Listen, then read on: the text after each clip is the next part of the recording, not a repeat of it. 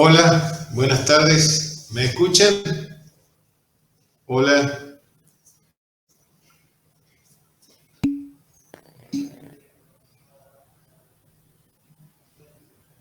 Bueno. Bueno, hoy vamos a ver la teoría de flexión en la cáscara cilíndrica. O sea, al igual que las cáscaras, como hemos visto en la, en la parte de cáscaras, antes, para todas las cáscaras, ¿no es cierto? Que vimos primero la teoría membranal, pues la teoría de flexión, que es exactamente por lo mismo que vimos anteriormente, que existen perturbación, ¿no es cierto?, en los bordes, o sea, es decir, existe un estado de flexión, en realidad, por restricción, o sea, o conjunto, ¿no es cierto?, de unión o uniones con otras cáscaras, o unión con vigas, la cual produce una distorsión que la teoría membranal no la contempla, porque la teoría membranal son solo fuerzas de sección, no existe flexión. Por supuesto que después en la teoría de flexión tiene que haber, o sea, con las condiciones de borde, o sea, usamos los esfuerzos de la teoría membranal un poco como si fueran las condiciones de borde para el planteo de las ecuaciones en el estado de flexión. Entonces, tenemos,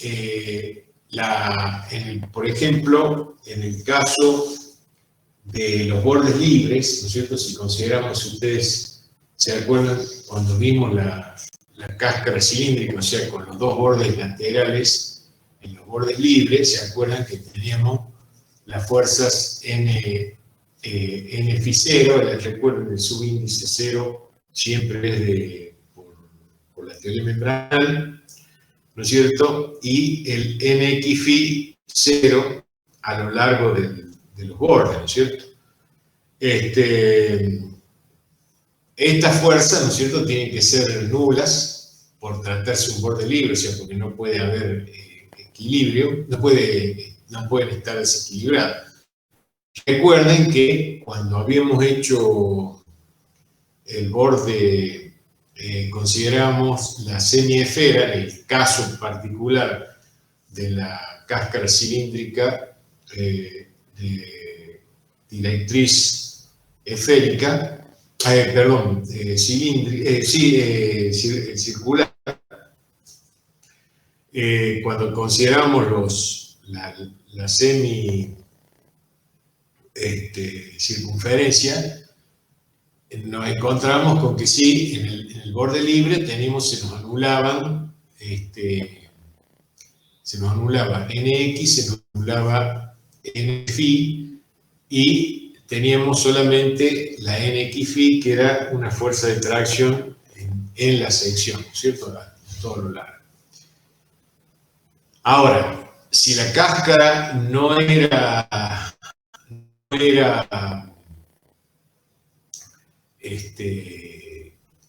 una semicircunferencia, sino que era un arco rebajado, la directriz, entonces nos aparecían todas las cargas, o sea, nos aparecía N phi, NX phi, ¿no es cierto?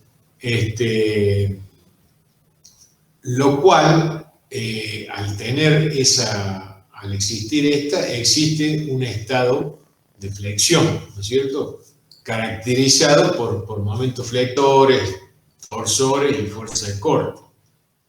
En conclusión, el análisis de fuerzas y deformaciones de una cáscara cilíndrica se realiza a través de la siguiente etapa. Exactamente igual que anterior, ¿no es cierto? El análisis membranal, con carga de superficie actuando en la cáscara, y después análisis de flexión, ¿no es cierto?, para la cáscara solicitada en los bordes longitudinales, ¿no es cierto? Y después la superposición de los dos estados.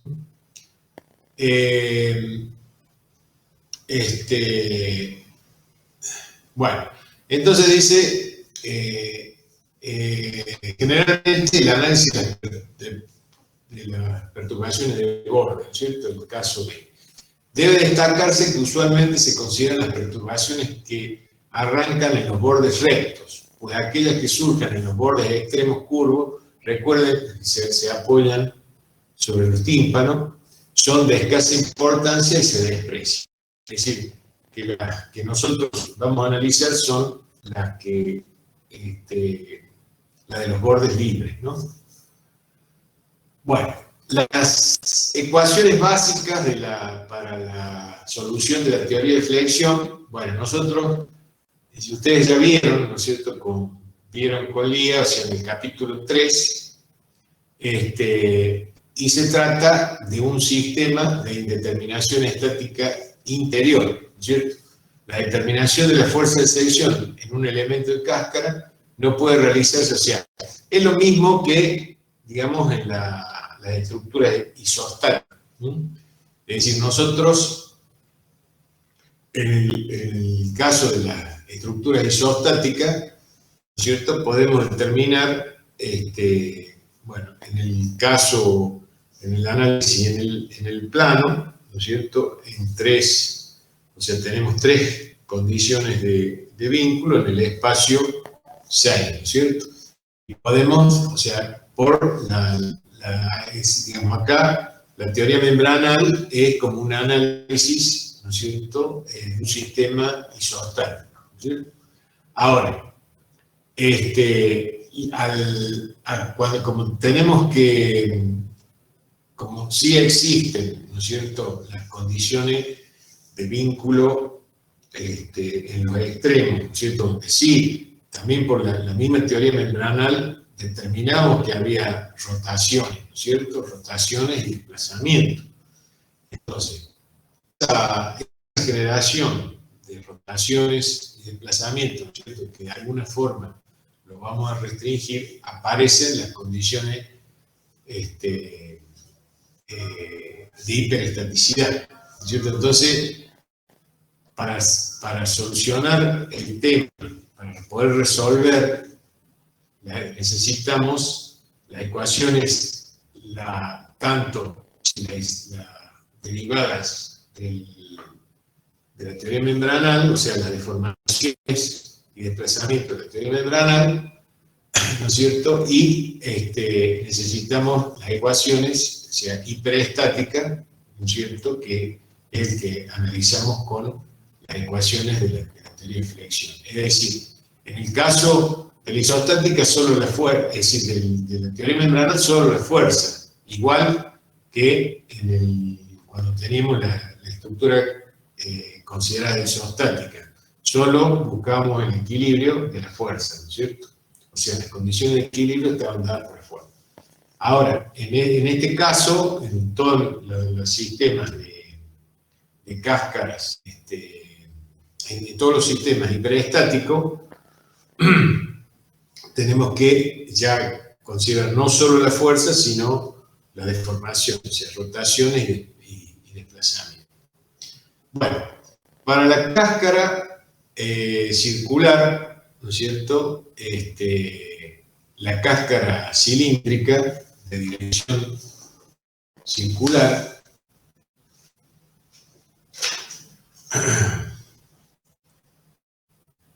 bueno, acá falta, yo estoy tratando de seguir, me están faltando hojas de por medio. Me falta la hoja 16 acá, que es primero el planteo de la ecuación de equilibrio. ¿Ustedes tienen el apunte ahí a mano? Hola. Hola.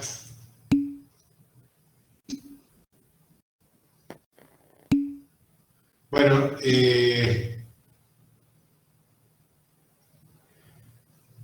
estos son los apuntes de toda la parte de cáscara, ¿no es cierto? Que están en el... O sea, nosotros se lo hemos subido a la plataforma, se lo subió Francisco. Que está toda la teoría.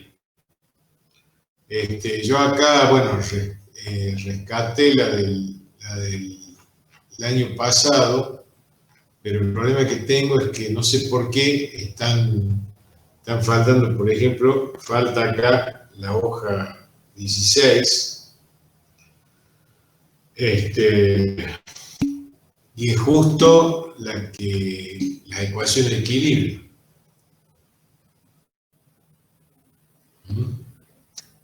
Bueno, entonces, si tienen, o sea, yo les pediría que por favor para las clases teóricas estén, porque seguimos el apunte que seguimos. Que siempre tengan a mano, porque si no, y más ahora, ¿no es cierto?, que para poder mostrar las ecuaciones. También le falta la hoja, bueno. Bueno, las ecuaciones de equilibrio, sí, faltan la 14 y la 16, exactamente. Yo ya voy a ver si se la subo aparte, para que se la agreguen después. Bueno, son 6 ecuaciones, de las cuales vamos a usar 5, o sea, son todas relacionadas con el capítulo 3, ¿cierto? La primera es la derivada de nx respecto de x más la derivada de nx phi respecto de phi más px, ¿no es cierto?, que es la componente vertical de la carga, por A, ¿no es cierto? Siendo A, ¿se acuerdan que era el radio, igual a 0?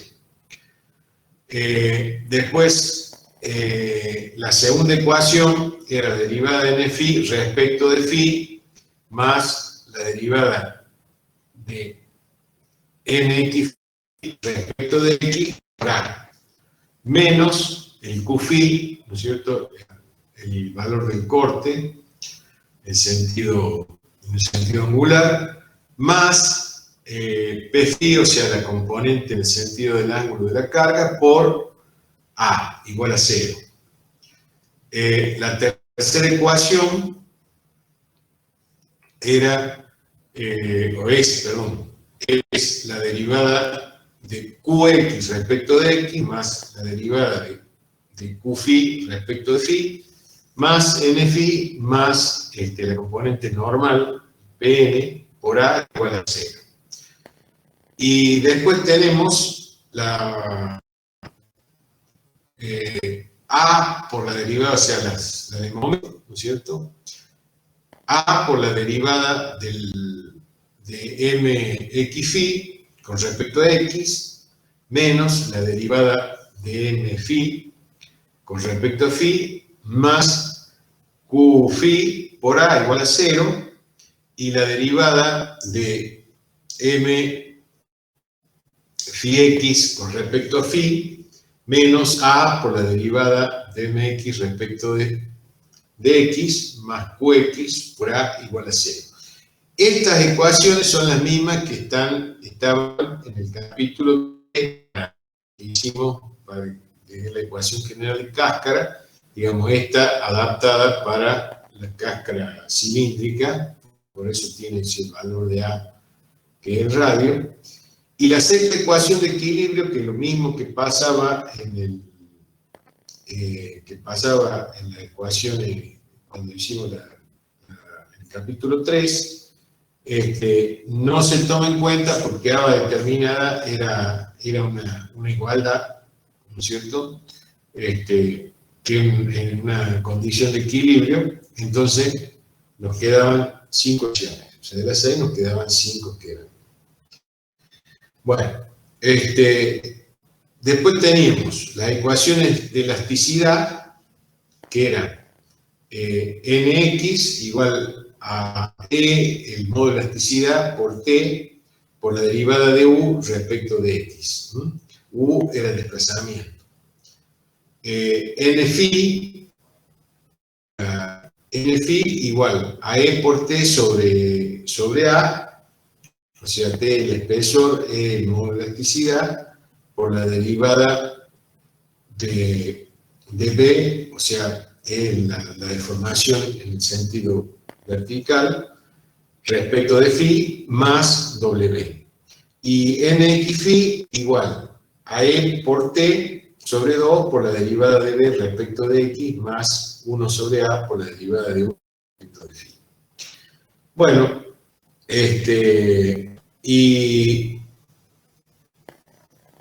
pueden escribirse también, o sea, bueno, el mx igual a D por la deformada de X, siendo D igual a E por D sobre 12, ¿cierto? Que es el momento de inercia, m phi igual a menos D por la deformada angular, y mx phi igual a D por la deformada x phi. Bueno,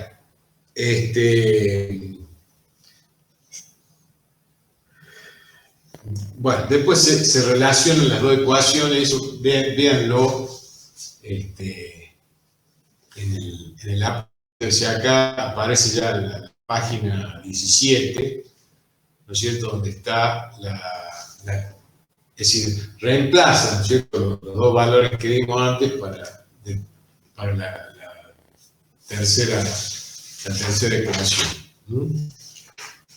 Bueno, entonces,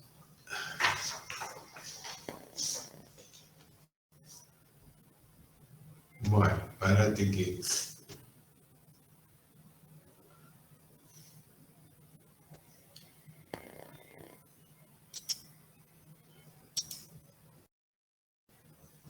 Bueno, ahí comencé a grabar la clase. Bueno, entonces, las ecuaciones diferenciales, que si nosotros hemos hecho el planteo, ¿no es cierto?, para ahí de la ecuación, entonces, las ecuaciones diferenciales que gobiernan el problema, o sea, en base a las expresiones anteriores, ¿no es cierto?, que vimos, vemos que aparecen igual exactamente que era como analizamos en el capítulo 3, ¿no es cierto?, las 11 ecuaciones estáticas y geométricas, es decir, de condiciones de equilibrio, ¿no es cierto?, y condiciones geométricas, la deformación. Bueno, y las correspondientes, por supuesto, pues son ecuaciones diferenciales, las derivadas. Entonces, ¿cuáles eran las incógnitas? Nx, Nφ, Mx, Mφ, Qx, Qφ y VW, que son las deformaciones, ¿no es cierto?, con respecto a los tres ejes. Nx, que es igual a Nφx, Mxφ, que es igual a Mφx.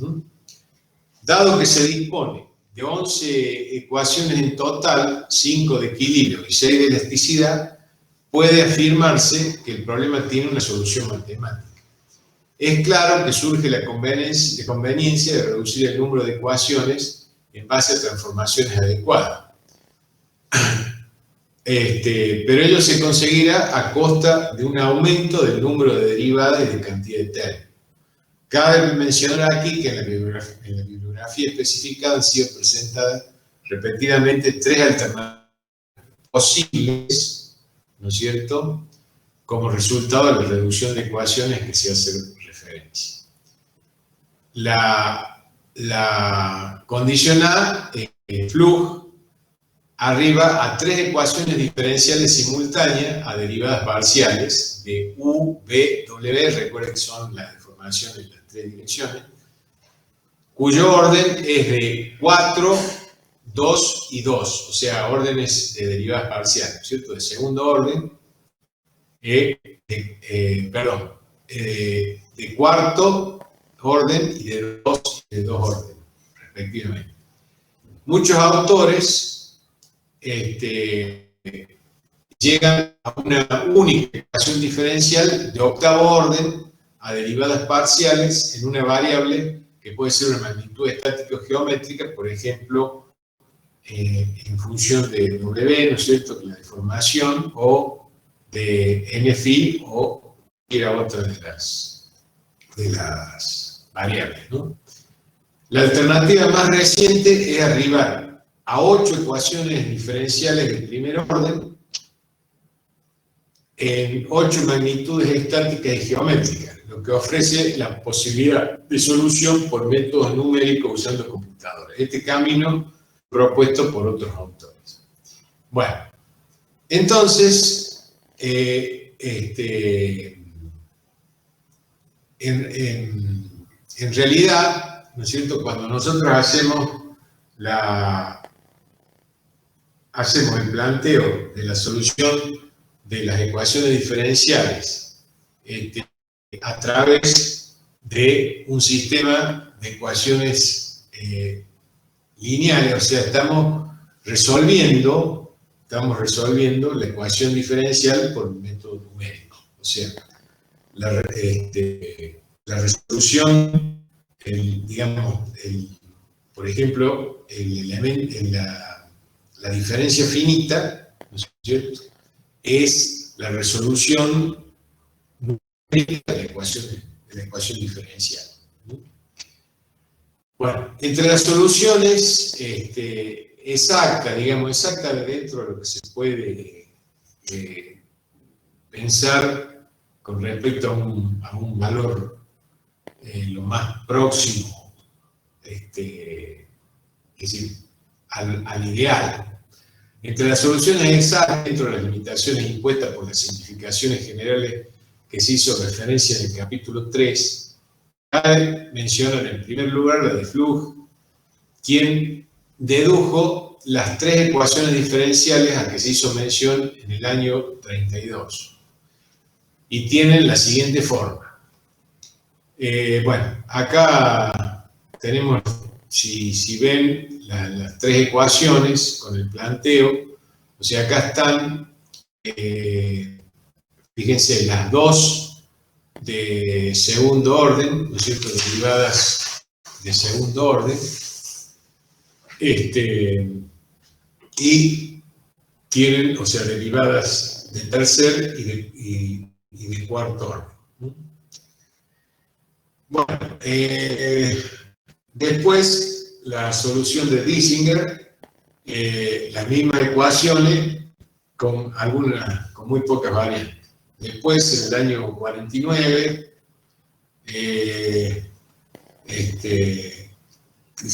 con el planteo de Ludwig, que o se obtienen los mismos resultados con la ecuación anterior. Dado ya que por esa época se reconoció la ventaja de trabajar con la ecuación diferencial, trabajar con una ecuación única, todos los autores citados proponen la ecuación diferencial de octavo orden. Bueno, otros autores estudiaron soluciones menos rigurosas. Uno, por ejemplo, acepta suposiciones simplificatorias donde mx igual a qx igual a mx phi igual a c, a la cual es complementada más tarde, ¿no es cierto?, adicionando epsilon phi y gamma, que son magnitudes despreciables respecto a ese quien admite adicionalmente que epsilon phi y gamma son magnitudes despreciables respecto de epsilon x. Se ha demostrado que esta teoría puede aplicarse únicamente a cáscaras de tipo larga, que representan un comportamiento similar al de una viga. Caso contrario, conduce a errores groseros. Bueno, ustedes vieron, yo en la clase anterior, cuando le mostré que se podía, o sea, en realidad por teoría de la estructura, se podía analizar a la cáscara como una viga, ¿no es cierto?, apoyada, como una viga simplemente apoyada en los tímpanos. O sea, considerando una cáscara de tipo larga, o sea, es un poco la simplificación que hacen estos autores. Evidentemente, el tema trajo la atención de un considerable número de estudiosos cuya nómina,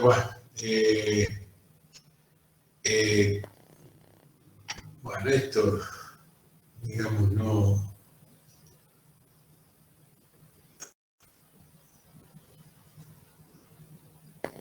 En realidad, no vamos a entrar en todas estas consideraciones porque vamos a ir directamente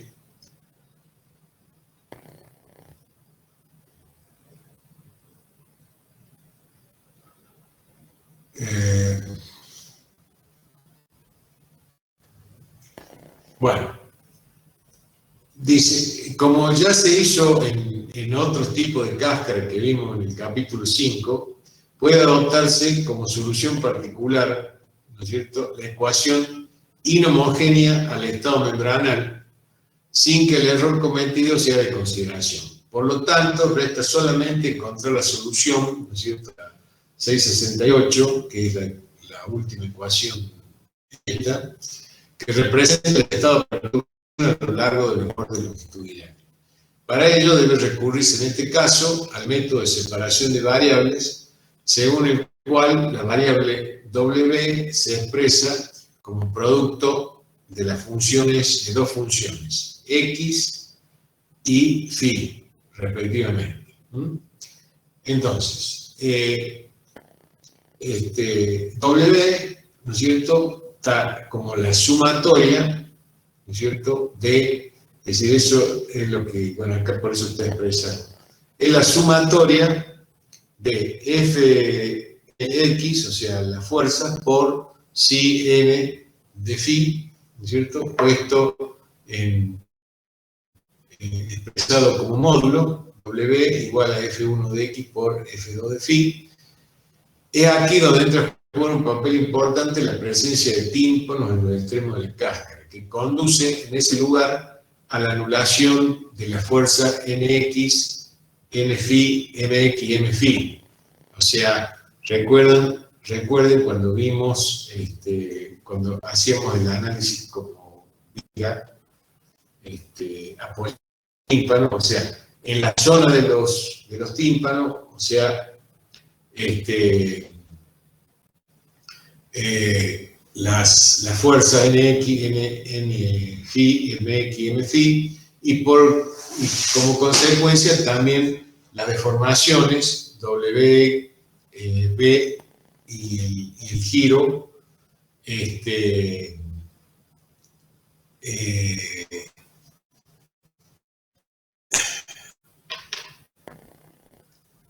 decir, prácticamente se pueden considerar nulos, ¿no es cierto?, ahí por la presencia de los tímpanos. Bueno, es posible aceptar la función de distribución en la dirección X, bueno, en una serie de cosenos también, o sea, bueno, está puesto acá como serie.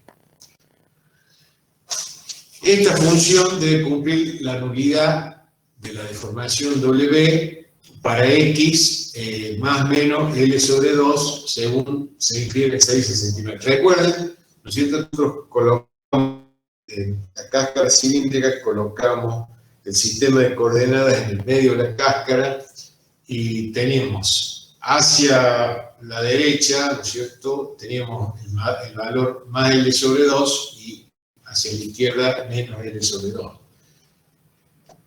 A su vez se desprende que también se anulan B y N phi en los extremos, por ser ambas función del coseno. Por su parte, el desplazamiento U dependerá de la función seno, lo cual se deduce la 6,40. De manera que Nx, dado la referencia de la ecuación, dependerá del coseno y por lo tanto se anulará en los extremos. Finalmente, la nulidad de Mx, M phi y θ es evidente, pues todas ellas son funciones del coseno.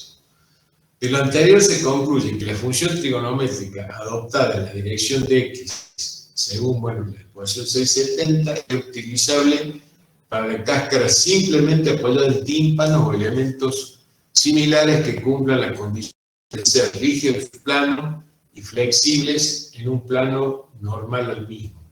Recuerden que esto era por el tema de que nosotros consideramos como simplemente apoyada. Entonces, el tímpano de primera, el tímpano cumple la función de un apoyo de primera especie, en realidad sería de segunda especie. O sea que restringe 2 grados de libertad y tiene la rotación, o sea, permite el giro. Entonces, es decir, esas son las condiciones que tiene que tener. Puede ser, si no es un tímpano, podría ser un pórtico, pero, digamos, la forma de apoyo tendría que ser de tal forma que permita la libre rotación del borde, porque si no, si se lo impedimos, se nos generaría ahí el momento. La solución de la ecuación 668-669 puede utilizarse de la forma siguiente, admitiendo que la dirección phi es en la dirección phi tiene que utilizar esta función exponencial.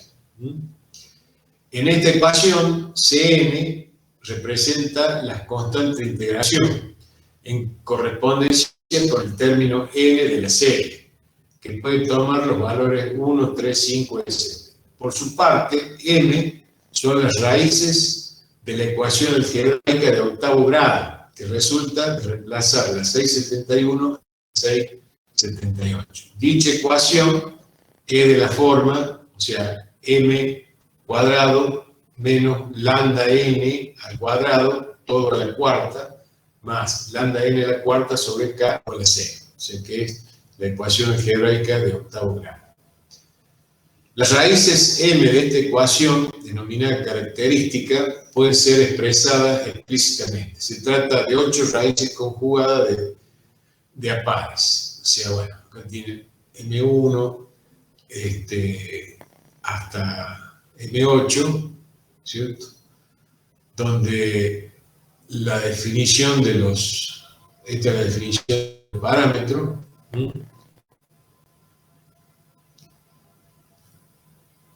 Bueno, viene todo este desarrollo que, digamos, después cuando lo veamos, cuando se ve en la práctica un poco se va a esclarecer esto, porque, digamos, estas son todas las ecuaciones que vienen, es decir, la deducción teórica. Bueno, en esta ecuación se ve claramente que los términos que contienen las constantes C1, C2, C3, C5 y C6 representan las perturbaciones que parten del borde derecho. En tanto, los términos que presentan las constantes C3, C4, C7 y C8 caracterizan las perturbaciones que parten del borde izquierdo. Es evidente que si el ancho de la cáscara es relativamente considerable respecto a su luz, caso de cáscaras denominadas cortas, las ondas perturbadoras de un borde no alcanzarán al borde opuesto, y el problema podrá analizarse dando por separado los términos que contienen phi de los términos que contienen el phi raya sería en el otro extremo.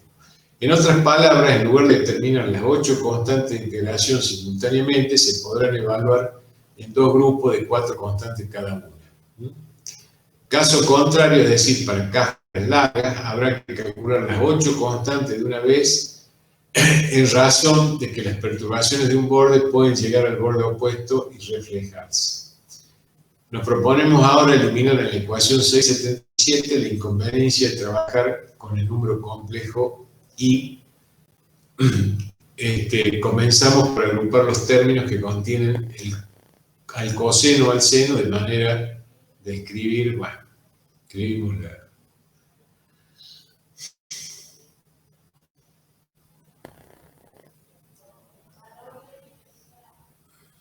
Bueno, la determinación de W en el estado homogéneo que se está estudiando tiene la naturaleza de una perturbación que arranca en los bordes, donde phi igual a 0 y phi igual a 2 phi c, y se amortigua rápidamente al alejarse de los mismos. Para que esta condición quede satisfecha, los términos con exponente negativo deben mantenerse, pues estas dos funciones son efectivamente funciones que se amortiguan para valores crecientes de phi. En cambio, los con exponente positivo deben transformarse introduciendo la modificación del lenguaje. Entonces, o sea, ¿qué es lo que esto es lo mismo? O sea, si ustedes lo asemejan a un sistema de barro, ¿cierto? O sea, en el caso del pórtico, ustedes tienen, o sea, cuando ustedes generan un momento en un extremo, ¿no es cierto? Se genera un momento o sea, un giro. Usted se coloca un giro cuando analiza el extremo de la barra, ¿no es cierto? En el otro extremo, si es al cumplir la segunda ley de Moore, ¿no es cierto?, produce un giro igual a la mitad, y de sentido contrario, ¿no es cierto? Es cuando tienen, por ejemplo, la viga de un pórtico, de un bueno. En el caso acá de las cáscaras, o sea, sucede lo mismo, o sea, imaginen la cáscara como un elemento curvo, ¿no es cierto? Como si fuera una recta curva. Lo que pasa es que la cáscara tiene la característica, en función, por supuesto, del ancho que tenga, que era, ustedes se acuerdan cuando hicieron, o sea, bueno, cuando han hecho el tema, el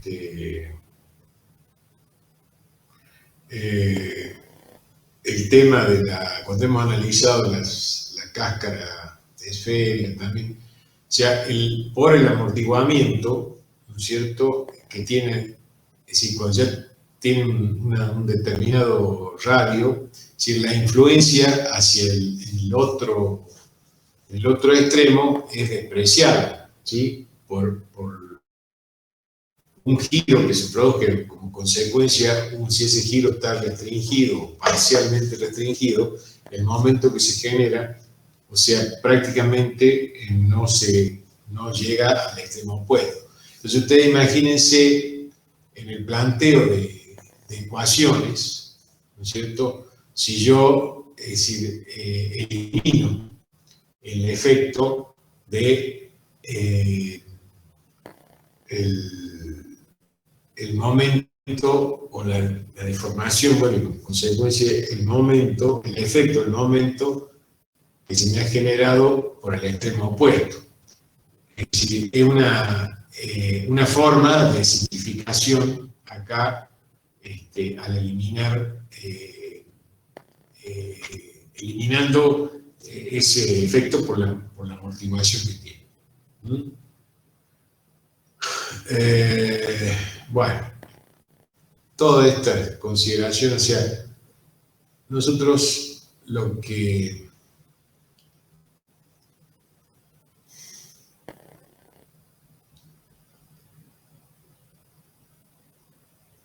bueno, la forma de encarar el cálculo práctico ha variado fundamentalmente con el rendimiento de computadores. Puede estar facilitada la confección de tablas auxiliares de cálculo o la implementación de procedimientos nuevos para encarar la solución del problema.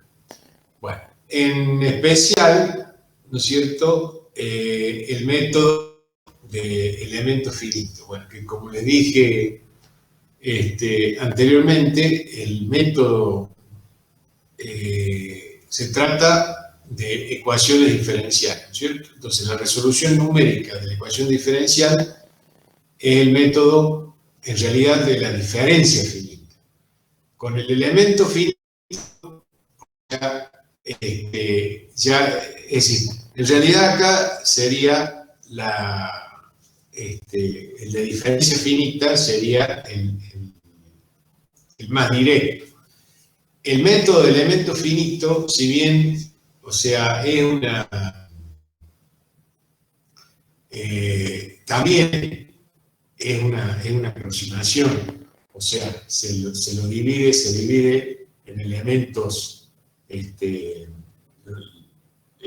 elementos, bueno, fundamentalmente triangulares, acá, digamos, por la forma, que puede ser en forma trapezial o rectangular, pero la forma para resolución, es decir, es tal el número de ecuaciones que se genera a raíz de que si no se elige bien la forma del elemento finito, se pueden obtener resultados totalmente,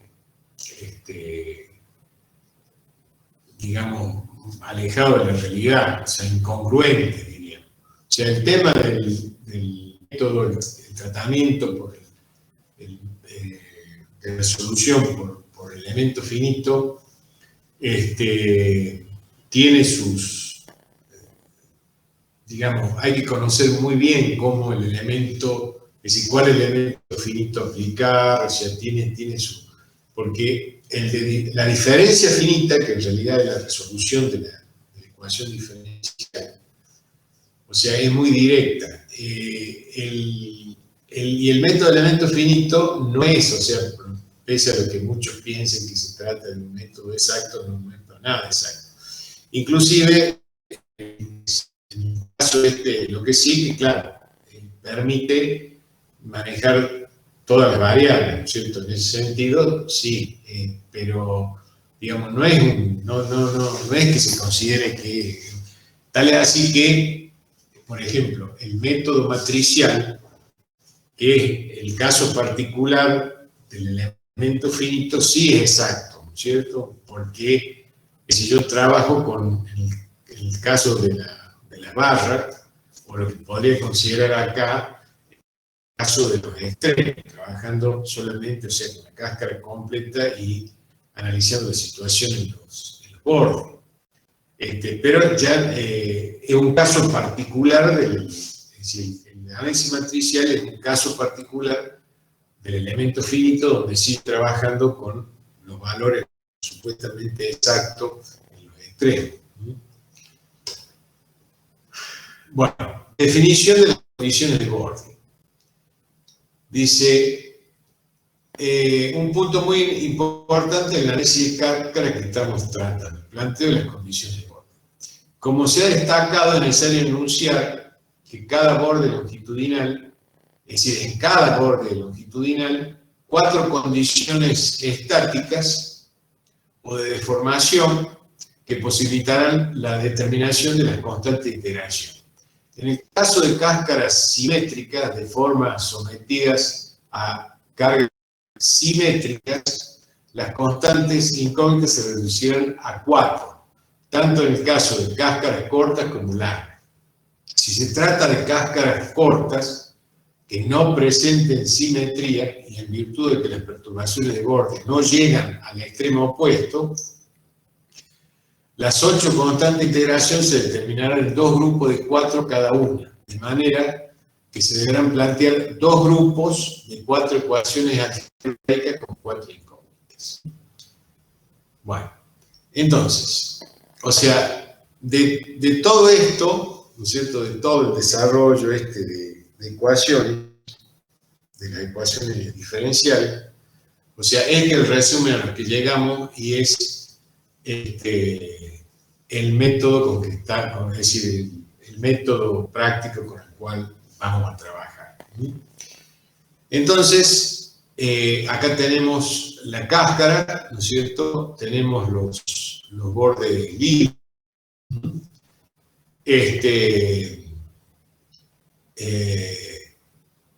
Tenemos acá, bueno, acá está en el apunte, digamos, tiene la aclaración que no tiene el apunte, ¿no es cierto?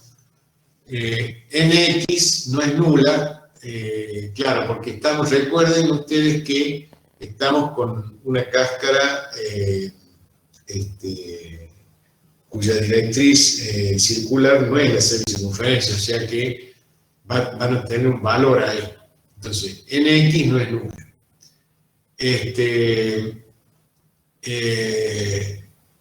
Q, la carga Q, ¿no es cierto? El corte Q por H igual a 0, el Q phi igual a 0, el M phi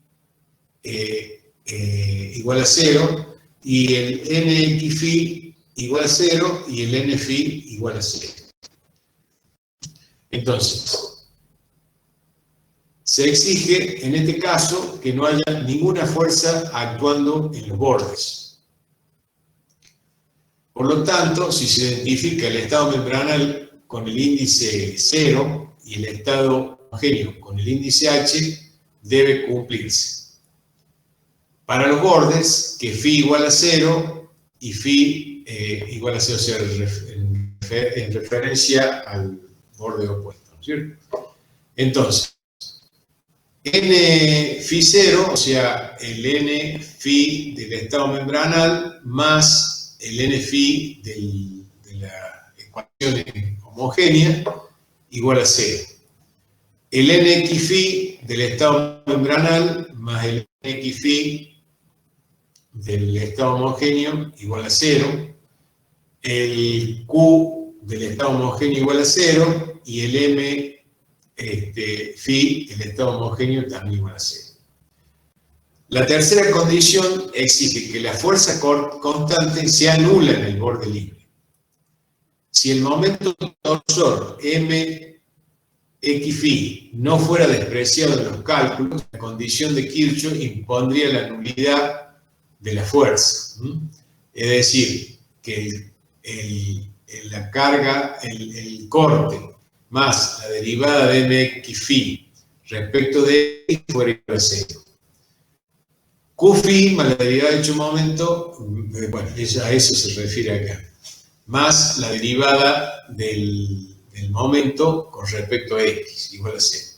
En rigor, la cáscara simple con bordes libres es poco usada en razón de que dichos bordes experimentan deformaciones considerables, con el agravante que en la parte superior los momentos M phi adoptan valores elevados, especialmente para ángulos de abertura de cáscara reducidos. Para evitar los inconvenientes citados es necesario disponer de un elemento de borde que consistirá simplemente en un engrosamiento de la cáscara que permita alojar una armadura de tracción o de una verdadera viga cuya presencia modificará sustancialmente las condiciones de borde y en rigor el comportamiento de toda la cáscara. Bueno, es lo que vimos el otro día, ¿no es cierto?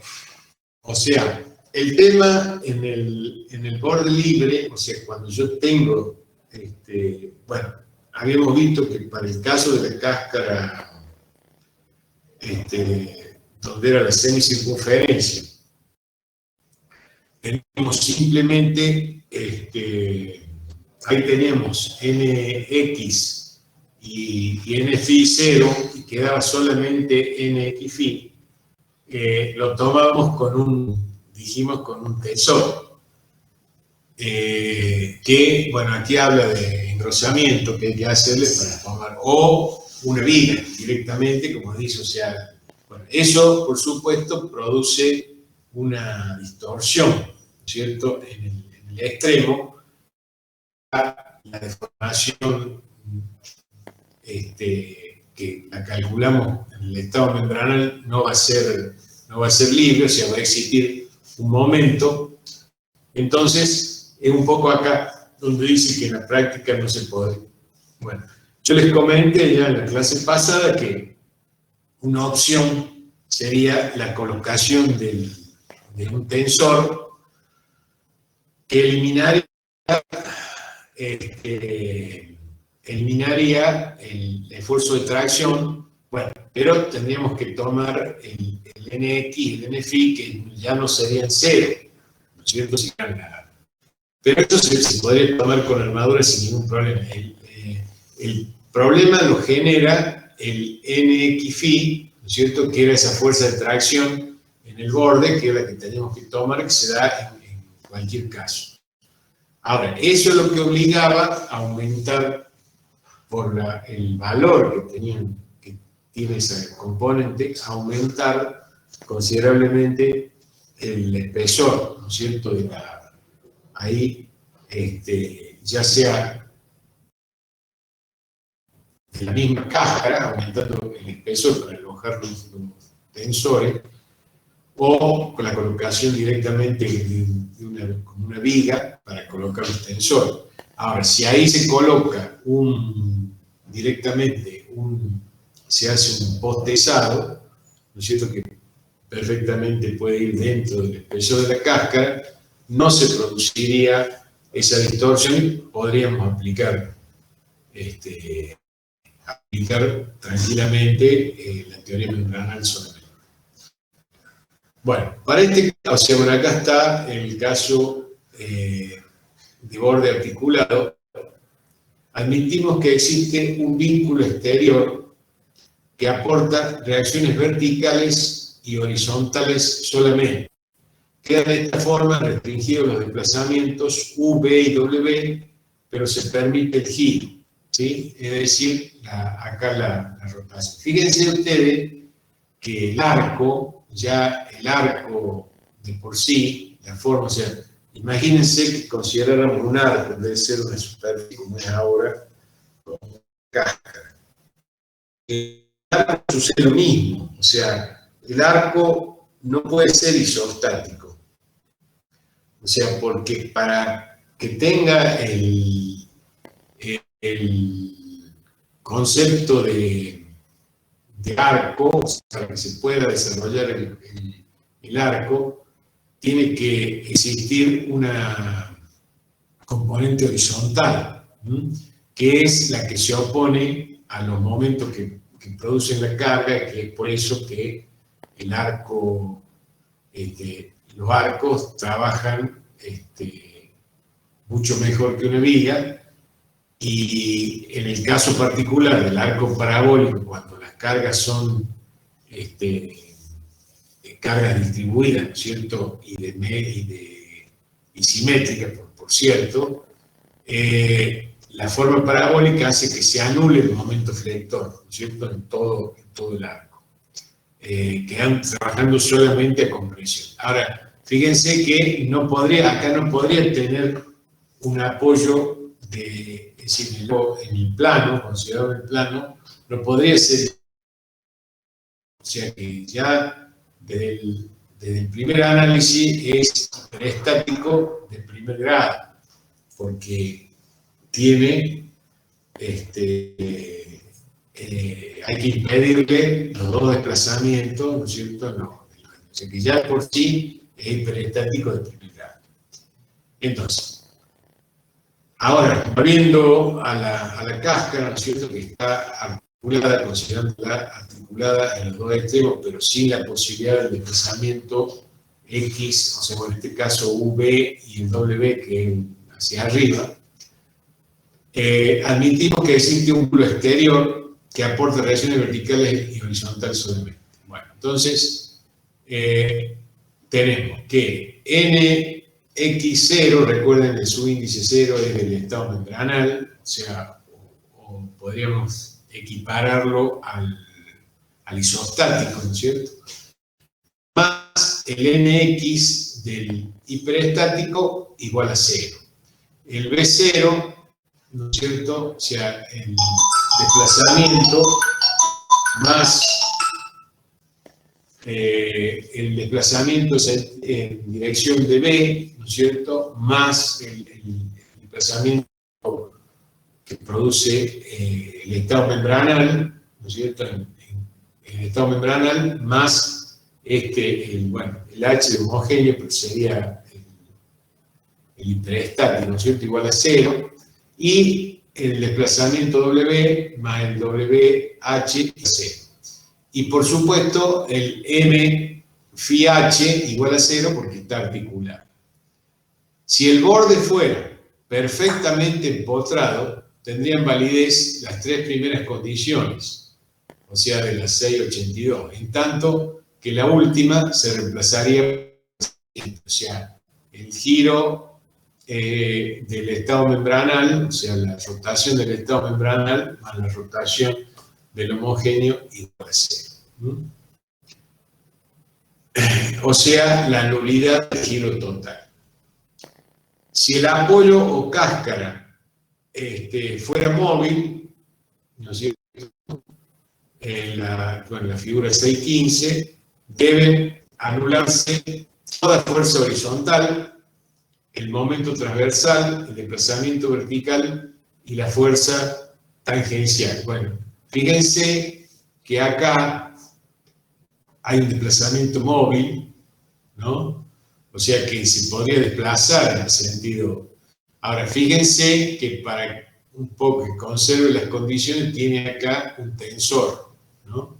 Tiene un tensor porque, digamos, la componente, o sea, el arco, esto tiende a abrirse, ¿no es cierto? La componente horizontal que hablamos que pasa con el arco. Entonces, la fuerza horizontal total, el momento transversal, el desplazamiento vertical y la fuerza tangencial sería, bueno, FH0, o sea, la fuerza horizontal producida por el estado membranal, más el hiperestático igual a 0, o sea, bueno, lo mismo con el momento. Esto sería desplazamiento, o sea que lo ponen delta B0 y delta BH, y el NX phi 0 y el NX phi H. Bueno, el otro caso que se da, o sea, es decir, lo que podemos tener es la cáscara continua transversalmente sin viga de borde.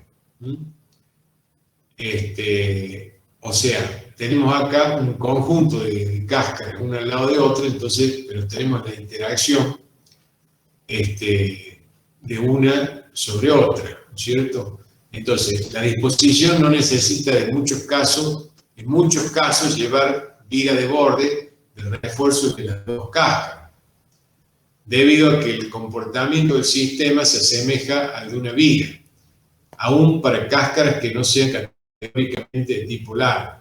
Las condiciones de borde a cumplir para un borde interior, ¿no es cierto?, también serían las mismas. Las dos últimas condiciones expresan que el desplazamiento horizontal y la fuerza vertical son nulas. La cáscara individual ahora con viga de borde, dice, se recurre aquí a las condiciones de compatibilidad geométrica. Pues en el borde de contacto de cáscara y viga, las deformaciones de uno y otro elemento deben ser idénticas, ¿cierto? Usando los subíndices C y B para cáscara y viga respectivamente, se puede, es decir, tiene que controlarse que la deformación X de la cáscara, es decir, la deformación específica, ¿cierto?, de la cáscara, tiene que ser igual a la deformación específica del viga. El delta, la deformación en sentido horizontal de la cáscara, tiene que ser igual a la deformación en sentido horizontal de la viga. Y la deformación en sentido vertical de la cáscara tiene que ser igual a la deformación horizontal de la viga. Perdón, vertical de la viga. Y la rotación de la cáscara tiene que ser igual a la rotación de la viga. Las ecuaciones anteriores expresan que la deformación específica, el desplazamiento horizontal, el desplazamiento vertical y el giro de la cáscara y viga deben ser iguales. Después está cáscara continua, en sentido transversal con viga de borde. O sea, lo único que lo diferencia del caso anterior es que en vez de la unión de las dos cáscaras, tenemos, aparte de la unión, tenemos una viga, ¿sí? Una viga de borde interior. Entonces, las condiciones a cumplir son la deformación específica en sentido X de la cáscara igual a la deformación específica en sentido X de la viga. La deformación delta B, o sea, vertical de la cáscara, igual a la deformación B de la viga. Y la deformación horizontal, ¿sí?, de la cáscara igual a 0 y el giro de la cáscara igual a 0. ¿No? O sea, empotrado dentro de la viga. Las magnitudes que aparecen en las ecuaciones anteriores se entiende que son totales, es decir, suma de valores correspondientes a la solución membranal y al estado homogéneo. Bueno, métodos indirectos. Análisis de cáscara cilíndrica de dirección circular mediante la aplicación del método de las fuerzas. Bueno, es decir, vamos a utilizar, igual que como hicimos en las cáscaras anteriores cuando vimos, el método de la fuerza, es el mismo método que vamos a utilizar acá, ¿no es cierto?, de manera indirecta. Entonces, dice, el estudio de los parágrafos anteriores se infiere que el cálculo de cáscara cilíndrica de directriz circular se vuelve muy laborioso si se necesitan considerar las perturbaciones de los bordes, o sea, el estado de flexión. O sea, nosotros vimos, en el caso para calcular el estado membranal, ¿no es cierto?, teníamos las tres ecuaciones que vimos en la clase anterior, ¿no es cierto?, para determinar, o sea, el NX, el NFI y el NXFI, ¿no? Y vimos la forma que, digamos, algo que resultaba sencillo, ¿cierto? Las deducciones, bueno, tenían ustedes las integrales,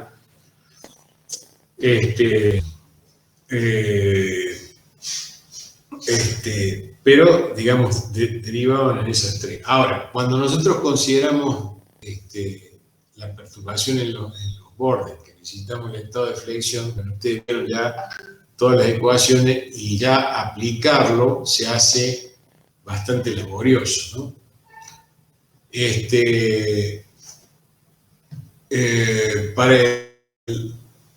Entonces dice, para el caso concreto debe resolverse la ecuación diferencial para W, resolverse la ecuación diferencial para W a través de la determinación de las constantes de integración y luego proceder a calcular todas las fuerzas de selección que gobiernan el dimensionado de la cáscara punto por punto, lo que se expresa en función de W o sus derivadas respecto de X o de phi. Obviamente, este camino directo conduce a operaciones numéricas agobiantes, por lo que ha perdido en la actualidad bastante aplicación. Mucho más conveniente resulta recurrir a métodos indirectos de solución, entre los que aparece destacarse el método de fuerza. Gracias a las facilidades que brindan las computadoras, se han preparado tablas completas para los estados unitarios, al final, al igual que como se hizo para las cáscaras de revolución, facilitando los cálculos en forma notable. Si bien se han publicado en las últimas décadas diversas tablas que responden al mismo criterio, se hará alusión aquí a la cual. ¿Cómo es? Es decir, es exactamente igual que como hicimos, como vimos el método de la fuerza para la cáscara de revolución, ¿no? Es decir, nosotros tenemos planteamos un sistema de ecuaciones, ¿no es cierto?, donde la solución particular, ¿no es cierto?, era los valores del estado membranal, y entonces nosotros teníamos, planteamos como incógnitas, planteábamos las incógnitas hiperestáticas, a partir de que teníamos las tablas que teníamos para valores unitarios, ¿no es cierto? Fijábamos, para valores unitarios, ya sea tanto de la fuerza horizontal como de las rotaciones, o de los giros, lo planteamos para un valor unitario, ¿no es cierto? Planteábamos las incógnitas, sería tantas veces más grande que la que le correspondería al valor unitario, ¿no es cierto?, sumado al valor del cálculo membranal, de los valores del análisis membranal, igual a 0. Es decir, que el término independiente de este sistema de ecuaciones es el estado membranal. Los valores del estado membranal. Exactamente es el mismo, pero bueno, ahora lo vamos a ver aplicado específicamente a la cáscara cilíndrica. Bueno, sistema fundamental e incógnitas hiperestáticas. Como siempre, el primer paso en la aplicación del método de la fuerza es elegir el sistema fundamental. Recuerden, ustedes, ¿no es cierto?, que nosotros, cuando hicimos, bueno, habíamos hecho un poco, lo habíamos visto con la cáscara esférica, ¿no es cierto?, que elegíamos cuál era el sistema fundamental, que era el equivalente al isostático en el método cuando usábamos las barras, ¿no es cierto? O sea, el mismo método de la fuerza con las barras, el mismo sistema, ahora, el sistema fundamental tendría que ser el isostático, ¿no es cierto? Pero el fundamental, ustedes recuerden cómo eran las condiciones de apoyo que teníamos para el estado membranal. Optándose en este caso por la cáscara con bordes libres. Incógnitas hiperestáticas se presentan el momento transversal, la fuerza anular, el corte transversal y la fuerza tangencial. Es decir, 4 incógnitas en cada borde como máximo. Evidentemente, la solución del problema se obtendrá aplicando sucesivamente la carga exterior y cada una de las fuerzas de borde, previa determinación de estas últimas, y sumando los resultados parciales, es decir, aplicando el principio de superposición tan identificado con el método de la fuerza. Al respecto, caben aquí las siguientes acotaciones. Si se desea aprovechar los resultados de la teoría membranal, deberá tener presente que su aplicación conduce a los valores de N-phi y N en los bordes diferentes de 0, contrariamente a lo que sucedería si se solicitara al sistema fundamental elegido por las cargas exteriores.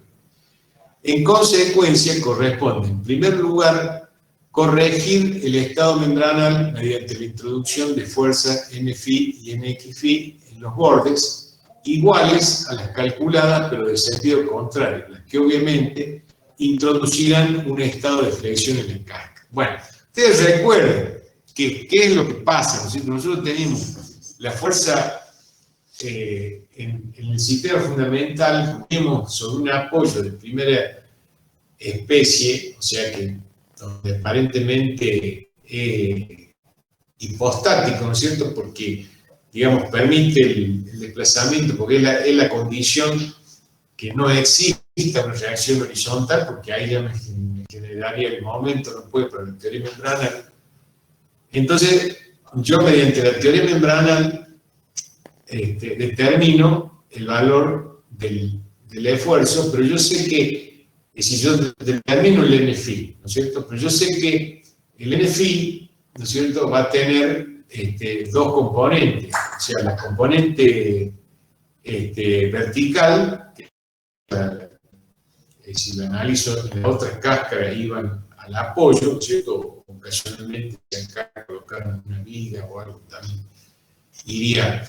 Y la componente horizontal, que como no existía en la teoría membranal, o sea, no podía existir porque por eso tenía el apoyo de la especie, pero que sí existe. Entonces, la forma, en realidad, la corrección del estado membranal era descomponer, o sea, la fuerza de NFI, la componente horizontal, y como nosotros teníamos, o sea, calculamos por el método de fuerza el valor, teníamos para un valor unitario, bueno, directamente ese efecto, ya sea inclusive para deformaciones, para cualquiera, el valor unitario producido por la fuerza unitaria lo multiplicamos por la fuerza, la componente horizontal, y tenemos después se llama corrección del estado membranal, ¿sí? Pero, digamos, en realidad, no sé si respondería a decirle corrección del estado, porque el estado membranal no lo admite, sino que es, más que corrección, sería, es decir, adaptación, o sea, para el sistema de flexión, colocar el valor que le correspondería por el estado membranal. Es decir, recuerden que el estado membranal en realidad es el término independiente del sistema de ecuación, o sea, es la solución particular que le damos al sistema de ecuación, es decir, el término independiente. Entonces, en realidad, no sé si llamarle corregir, pero, digamos, esa es la idea. Es la adaptación, ¿no es cierto?, del sistema membranal al sistema de flexión. Ahora, directamente, como nosotros, o sea, ¿cómo lo logramos eso? Como vamos a aplicar una fuerza unitaria, considerando el mismo sentido que tendría la componente horizontal de la deformación en la descomposición de la fuerza NFI, nosotros tendríamos en la componente horizontal el valor real, ¿no es cierto?, que tiene, multiplicado por el valor unitario. Entonces, ahí tendríamos lo que le faltaría a la fuerza, al estado membranal, que se da en la realidad, ¿no es cierto? Pero no se puede aplicar al estado membranal porque la teoría membranal no lo admite. Bueno, si lo llamamos corrección del estado membranal, digamos, eso sería lo mismo que vimos en la cáscara de revolución, pero acá sería sobre los bordes de la cáscara.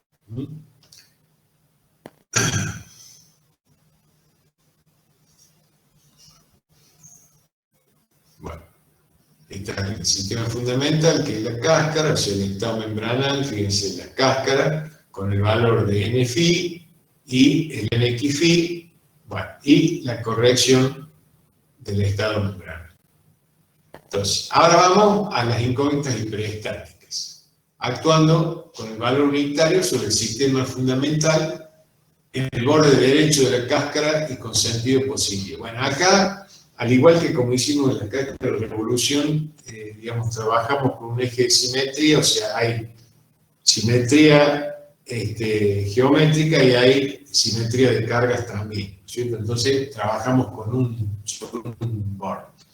En este caso, ¿no es cierto?, con la cáscara, el lado derecho.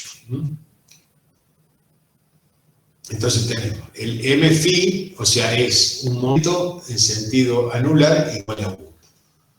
El B, ¿no es cierto?, que sería una carga vertical igual a 1, ¿no es cierto? El Q, ¿no es cierto?, tangencial, ese esfuerzo de corte Q igual a 1. Y después tenemos el NXφ igual a 1, el H1, ¿no es cierto? Y bueno, acá pone alternativa el NFI 1, ¿cierto? Que le diéramos el valor 1 a NFI pero en realidad esta alternativa no es un poco como para confundir, porque nosotros directamente trabajamos, o sea, el que tenemos es el momento, la fuerza B, la fuerza H, ¿no es cierto? Y el corte, la fuerza o el corte Q, ¿cierto? Bueno, entonces la incógnita hiperestática son, bueno, acá por eso está como, es decir, X1, X2, X4, ¿sí? Porque son, entonces X1 sería B, o sea, ¿cuál sería? El valor de B, o sea, la componente vertical de la carga, ¿sí? La incógnita 2 sería la componente horizontal de la carga, ¿sí? La incógnita 3 sería el NX phi, es decir, la fuerza tangencial, ¿no es cierto? Esa que vimos sobre el borde, igual a 1, como incógnita, y la X4, el momento, en el sentido del meridiano, ¿no es cierto? El momento phi, ¿sí? Estas incógnitas multiplicadas, es decir, en la ecuación van a estar multiplicadas por el valor unitario, ¿no es cierto? De cada una por X, ¿no es cierto? Nos va a determinar, es decir, la incógnita que con las ecuaciones va a ser directamente. Estas fuerzas introducen en la cáscara un estado de flexión que se podrá conocer perfectamente partiendo en cada caso de la solución de la ecuación diferencial homogénea y determinando las constantes de integración, admitiendo simetría de forma y carga, las condiciones de borde que permiten determinar las 4 constantes de integración se expresan en la figura 22 para cada estado unitario. Bueno, entonces acá lo expresa de esta forma. Las tablas para los estados unitarios proporcionan los valores de la fuerza de sección en toda cáscara y las deformaciones en el borde longitudinal. Dado que estas últimas se necesitan únicamente allí para plantear las condiciones de compatibilidad geométrica según la condición de apoyo o en correspondencia con el encuentro con otras cáscaras o elementos de borde.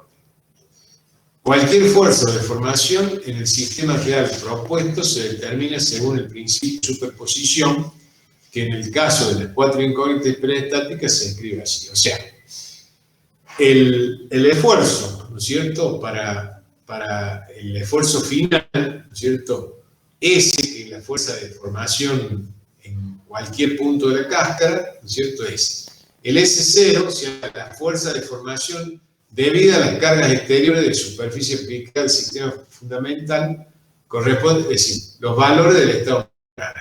Por eso el S0. Es decir, el valor del esfuerzo que sea, ¿no es cierto? El NX, el NX phi, ¿no es cierto? Del estado membranario. Más el S1, ¿sí? Que sería el valor de ese esfuerzo unitario, ¿no es cierto?, debido a la carga unitaria, por el valor de la incógnita que nosotros hemos puesto. Más S2, ¿no es cierto?, que sería la fuerza para un valor unitario, ¿no es cierto?, que correspondería por el valor unitario, por X2, más S3 por X3, más 4 por X4, ¿sí? O sea, con esta sumatoria obtenemos el valor final del esfuerzo. Es decir, el valor real del esfuerzo. En la ecuación anterior no se conocen aún las incógnitas hiperestáticas. Para su determinación deben plantearse 4 ecuaciones de compatibilidad geométrica en los bordes longitudinales. O en el caso más general, 8 ecuaciones si tal es el mínimo, el número. Ustedes recuerden que siempre, o sea, es exactamente lo mismo que en el caso de las cáscaras de revolución. Que ustedes se acuerdan que eran 8 ecuaciones, ¿cierto? Con 8 incógnitas. O sea, nosotros ahora, acá, para este caso particular, o sea, también tenemos las 8, pero como hemos hecho simplificaciones, ¿no es cierto?, por la serie de condiciones, o sea, de cáscara larga, o sea, que una no llegaba al otro borde, ¿no es cierto?, una la información, o el momento, o la fuerza no llegaba al otro borde. Entonces simplificamos y nos quedamos con 4, o sea, las 4 ecuaciones con 4, que es en el caso, por ejemplo, cuando se hizo el encuentro de 2 cáscaras, ¿no es cierto? Bueno, es exactamente lo mismo. Acá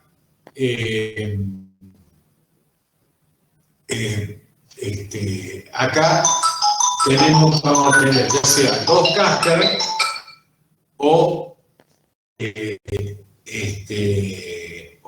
encuentro de la cáscara con una viga de borde.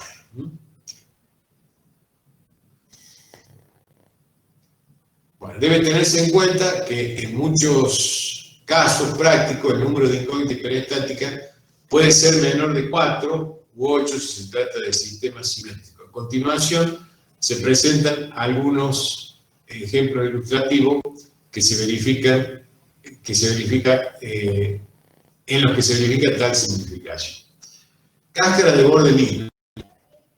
Digamos, es obvio que en el caso de todas las incógnitas X1, X4 son nulas justamente por tratarse de un borde libre. De manera que el estado final será el estado membranal de química, solamente.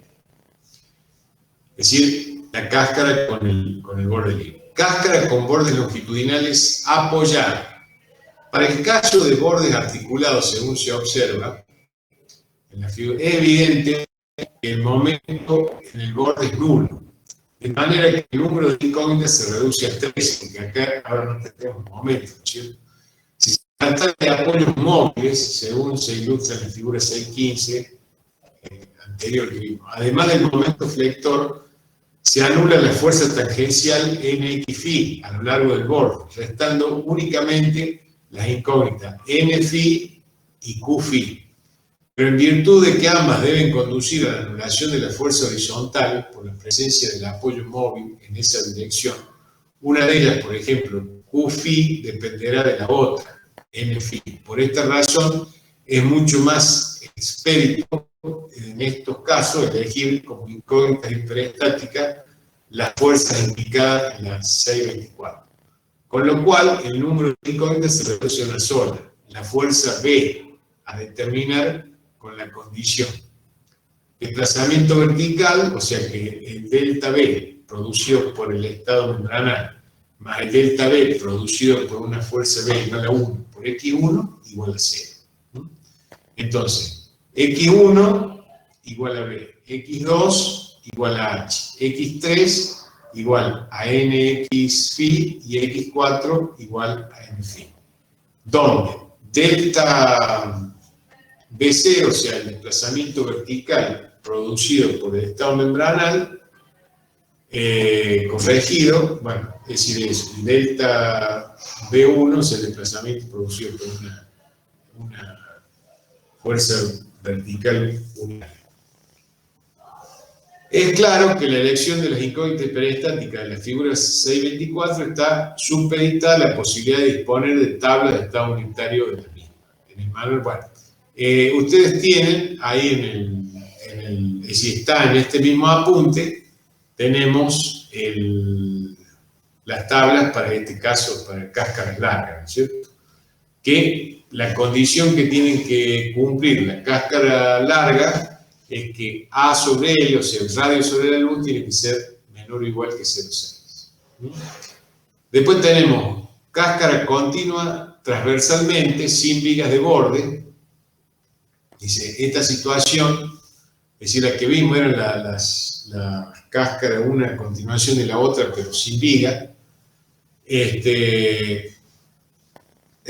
Si se definen como incógnitas hiperestáticas las indicadas, bueno, la figura, es obvio que por anularse la fuerza vertical en el borde de contacto y la fuerza tangencial, las únicas incógnitas remanentes serán el momento Mφ y la fuerza horizontal H, que se determinarán con las condiciones siguientes.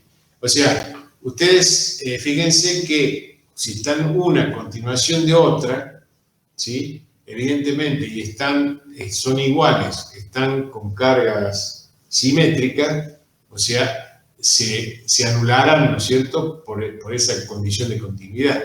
Es decir, el único caso donde no se anularían serían en los extremos, ¿no es cierto?, donde comienza cada una de ellas.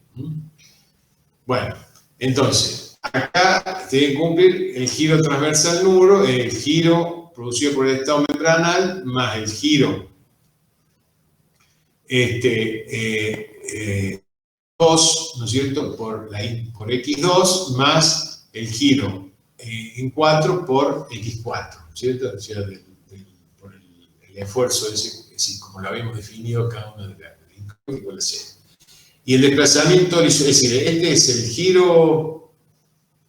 giro transversal y el desplazamiento horizontal, o sea, el producido por el estado membranal más el producido, bueno, sería por la carga por X2 más el producido por el 4, giro 4, por X4 igual a 0. Bueno, vamos a terminar acá. Por hoy, ¿hay alguna pregunta?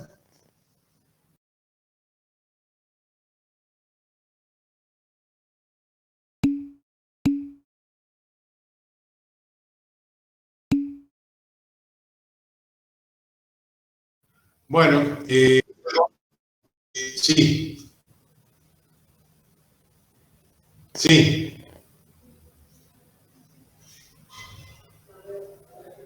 Hola.